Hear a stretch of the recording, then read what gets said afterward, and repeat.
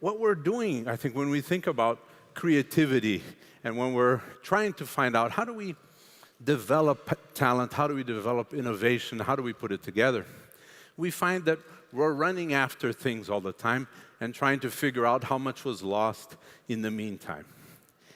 Creativity in general, innovation in general, to take it from an idea into an organization that works, or to take it into your personal life in a way that works, is a lot different to how we see it nowadays. We see organizations trying to develop themselves in order to foster more place for innovation and creativity. And everything that we know, which is basically, if you were to put a timeline on it, about 100 years ago, in 1908, when Henry Ford put together the first rolling assembly line.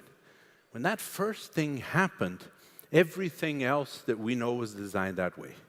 There's not a single school that you've gone to which is not based on Henry Ford's assembly line. Everything, your entire education, much of your family life, every one of your vacations, every time you move out there, it's based on that rationale. And that rationale is, I don't want people below me in a military organization to think too much. As humankind, anthropologically, the most scary thing that we've ever seen is change. And we will do everything we can in order to maintain something similar to our zone of comfort.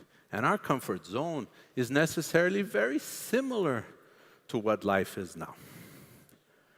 When you think about how we organize ourselves at all, ever since the world started, we only have about a half a dozen or 10 people in any situation. There's no one here who has more than half a dozen friends.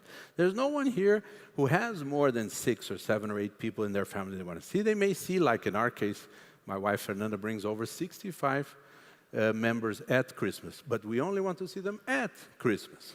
The rest of the time, we're dealing with the same 6 or 7.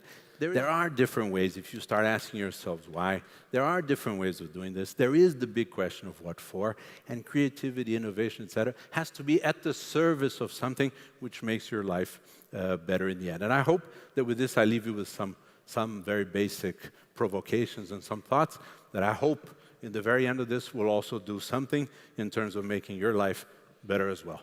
Thank you very much.